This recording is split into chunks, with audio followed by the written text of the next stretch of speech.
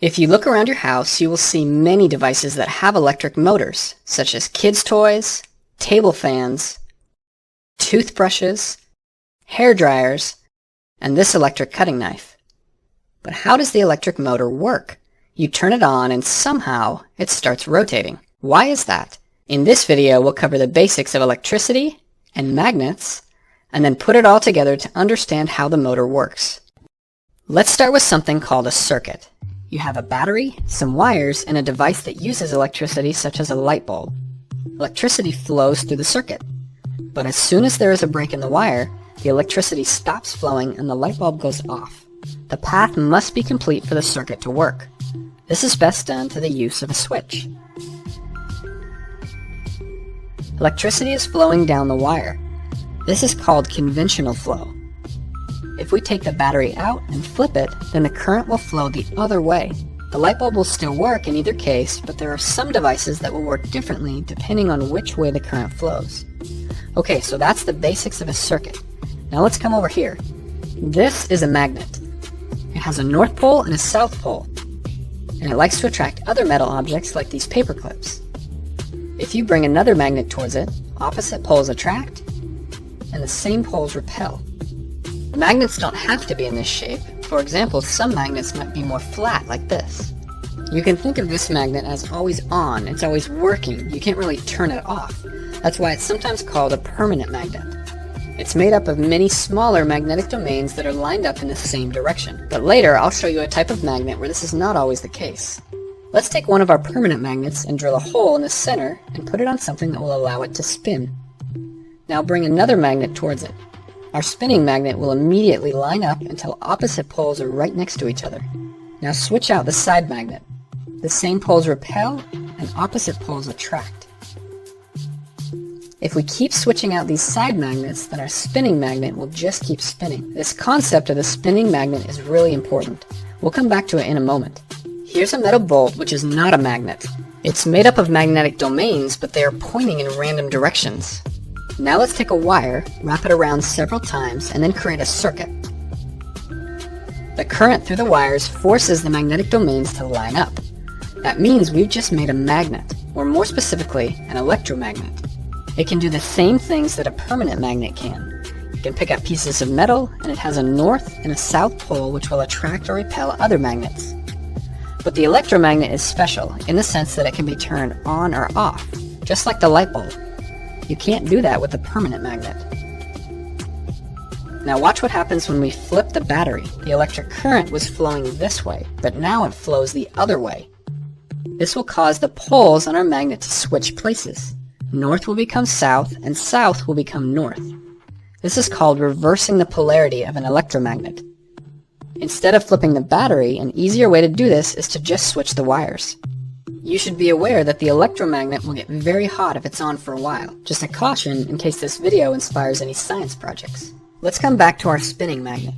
This time we'll replace the spinning magnet with our electromagnet. As soon as we connect the wires, the magnet turns on and it lines up with the side magnet. Now, in reality, connecting these wires would prevent the bolt from spinning freely, but what's important here is the concept of the spinning electromagnet. Now let's switch the wires to reverse the poles on the electromagnet. The same poles repel and opposite poles attract. Now reverse the polarity again. Same poles repel and opposite poles attract. If we keep switching the polarity, our electromagnet will just keep spinning. To make this stronger, let's bring in another permanent magnet on the side. Notice how this side has the south pole towards the center, and this side has the north pole towards the center. The side magnets work together to spin the one in the middle. This right here shows the very basics of an electric motor. But we need to make a few improvements. The two side magnets can be replaced with stronger curved magnets. And instead of a bolt with wires, we're going to use a metal loop. This is called the armature. Connect our wires and we have a circuit again.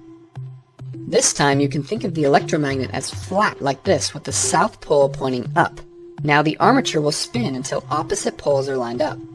We can keep it spinning by switching the wires just like we did before. But this is a lot of work to sit here and manually switch these wires. We need to add something to the armature called a commutator. It's a ring with gaps on the opposite sides. The commutator will spin along with the armature. Now we connect the circuit with two brushes on the side. These brushes will slide along as the commutator spins, and they are spring-loaded so that they always maintain contact.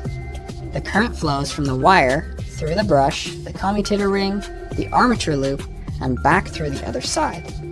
Now we have our electromagnet and the armature spins. As we come around this time, the brushes will switch contact to the other side of the commutator ring. Remember, there's two brushes, so this is happening on both sides. Before the switch, the current in the armature is flowing this way. After the brushes switch sides, current will flow the other way. This means the electromagnet switches polarity, which will cause the armature to keep spinning. This commutator ring does the same thing as switching the wires like we were doing before, but this time it does it all on its own. It will continue to spin as long as we're connected to a battery. Disconnect the battery, no more electromagnet, and the spinning stops. Now so far we've only used one loop on the armature.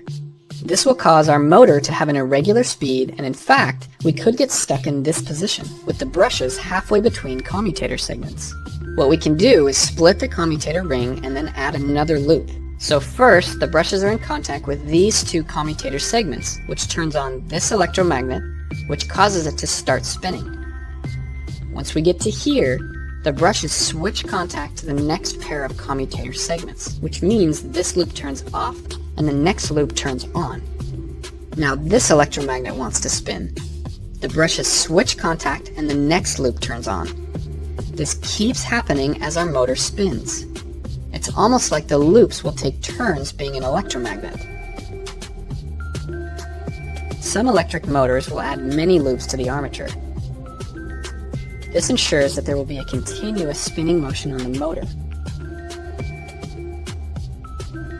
This spinning force on the armature is called a torque. Stronger torque means a faster spin. There are some things we can do to improve the torque of the motor.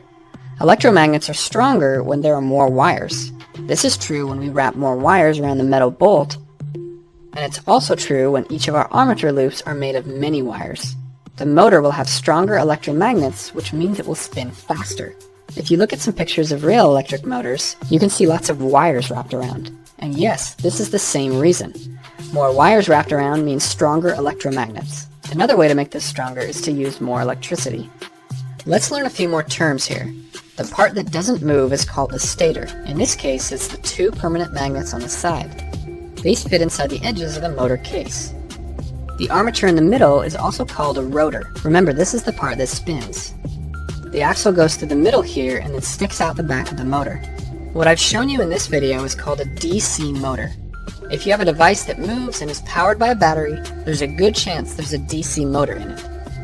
Other types of electric motors will work a little differently than what I've shown here. No matter the type of motor, most of them will produce some type of spinning motion. Once it's spinning, we can use this to make different devices move. In this case, a kid's toy.